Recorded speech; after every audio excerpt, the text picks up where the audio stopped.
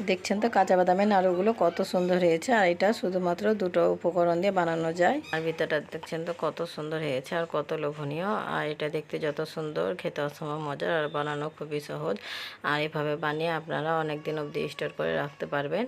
আর এটা যাকেই বানিয়ে খাওয়াবেন সে আপনার প্রশংসা করবে। তো আজকে আমি কাঁচা বাদামের নাড়ু বানাবার জন্য এখানে আমি কাঁচা বাদাম নিয়েছি, তো 250 গ্রাম নিয়েছি। তো আপনারা কম বেশি করে নিতে পারেন। তো কাঁচা বাদামগুলো আমি প্রথমে ভেজে নেব। তো কাঁচা বাদামগুলো ভাজার জন্য গ্যাস অন করে দিয়েছি আর একটা কড়াই বসিয়ে দিয়েছি। তো কড়াইটা গরম হয়ে গেছে। তো অনবরত নাড়াচাড়া করে কাঁচা বাদামগুলোকে আমি খুব ভালো করে ভেজে নেব। আর খেয়াল রাখবেন কাঁচা বাদাম ভাজার সময়তে কাঁচা বাদামগুলো একটুও যেন পুড়ে না যায়। আর যদি পুড়ে যায় তাহলে নাড়ুটা একটু ভালো হবে না। তো এই যে আমি কাঁচা বাদামগুলোকে খুব ভালো করে ভেজে নিয়েছি। আর এই যে বুঝতে পারছেন চোকাগুলো ছিটে ছুটে যাচ্ছে। তো আমার কাঁচা বাদামগুলো ভাজা হয়ে গেছে। তো আমি গ্যাসটা অফ করে দেবো। কাঁচা বাদামগুলো আমি একটা প্লেটে ঢেলে নেব। দিয়ে কাঁচা বাদামগুলোকে আমি হালকা ঠান্ডা করে নেব।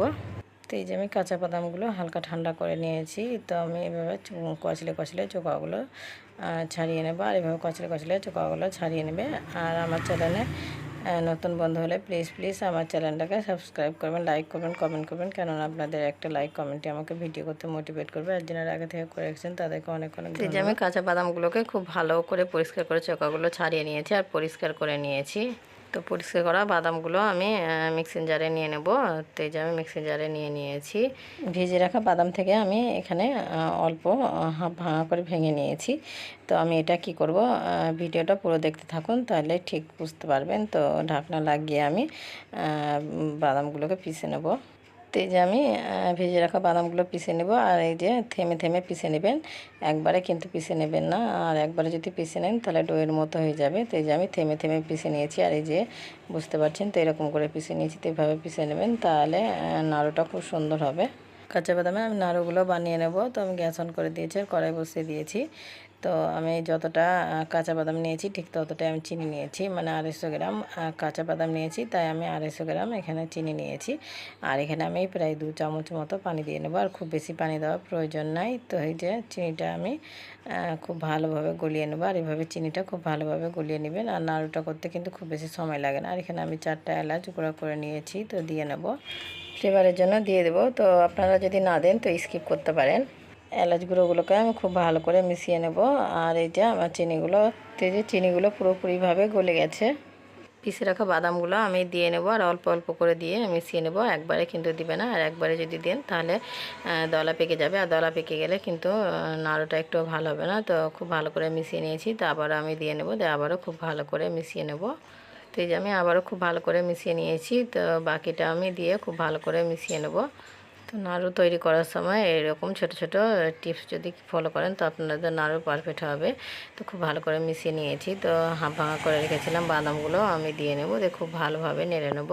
আর এখন চুলার ফ্লেমটা মিডিয়াম টু লো রেখে এটা নাড়ুটা বানিয়ে নেবেন, নইলে পুড়ে যেতে পারে। আর পুড়ে গেলে কিন্তু নাড়ুটা একটুও খেতে ভালো লাগবে না। অনবরত নাড়াচাড়া করে চুলার ফ্লেমটা মিডিয়াম টু লো রেখে এতে এই যে আমি নাড়ুটা বানিয়ে নিয়েছি। আর এই যে আমার নাড়ুর মিশ্রণগুলো একটা ডোয়ের মতো হয়ে যাচ্ছে। তো এইভাবে এটা নাড়ুর মিশ্রণটা বানিয়ে নেবেন, তাহলে আপনাদেরও নাড়ুগুলো একেবারে পারফেক্ট হবে।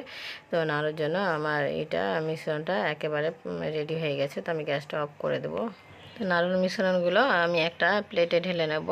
আর প্লেটে পুরোটাই ঢেলে নেব, দিয়ে হালকা ঠান্ডা করে নেব। নাড়ুগুলো বানিয়ে নেব। তো হাতে আমি অল্প ঘি ব্রাশ করে নিয়েছি। তো অল্প করে নাড়ুর মিশ্রণগুলো নিয়ে নেব। আর এখন মিশ্রণটা গরম আছে, তো গরম অবস্থায় নাড়ুগুলো বানিয়ে নিতে হবে। আর যদি ঠান্ডা হয়ে যায় তো নাড়ুগুলো বানানো যাবে না। এই যে আমি হাতের সাহায্যে চেপে চেপে ঘুরিয়ে আমি নাড়ুটা বানিয়ে নিয়েছি। আর দেখছেন তো নাড়ুটা কত সুন্দর হয়েছে। তো আপনাদের সুবিধার জন্য আবারও আমি একটা নাড়ুগুলো বানিয়ে দেখাচ্ছি। তো আবারও আমি নাড়ুর মিশ্রণগুলো অল্প নিয়ে নেব, দিয়ে হাতের সাহায্যে ঘুরিয়ে গোল করে নেব। আর দেখছেন তো নাড়ুগুলো কত সহজভাবে বানানো যাচ্ছে। আর প্রত্যেকটা নাড়ু একেবারে পারফেক্ট হচ্ছে। একই রকম করে আমি নাড়ুগুলো বানিয়ে নিয়েছি আর একটা প্লেটে তুলে নিয়েছি। আর দেখছেন তো নাড়ুগুলো কত সুন্দর হয়েছে। দেখলেন তো শুধুমাত্র দুটো উপকরণ দিয়ে কত সহজে নাড়ুগুলো বানানো গেল। তো নাড়ুগুলো আপনাদের আমি একটা ভেঙে দেখাচ্ছি। আর দেখছেন তো নাড়ুগুলো কত সহজে ভেঙে যাচ্ছে। আর ভিতরটা দেখছেন তো কত সুন্দর হয়েছে আর কত লোভনীয়। আর এভাবে যদি কাঁচা বাদাম দিয়ে নাড়ু কাউকে বানিয়ে খাওয়ান তো বারবার রিকোয়েস্ট করবে। আর এইভাবে কাঁচা বাদাম দিয়ে নাড়ু বানিয়ে আপনারাও অনেক দিন অবধি স্টোর করে রাখতে পারবেন। তো আমার এই কাঁচা বাদামের নাড়ু রেসিপিটা যদি ভালো লাগে তবে লাইক কমেন্ট শেয়ার করবেন আর আমার চ্যানেলটাকে সাবস্ক্রাইব করবেন। কেননা যখনই নতুন কোনো ভিডিও আপলোড দিব সবার প্রথমে আপনার কাছে পৌঁছে যাবে।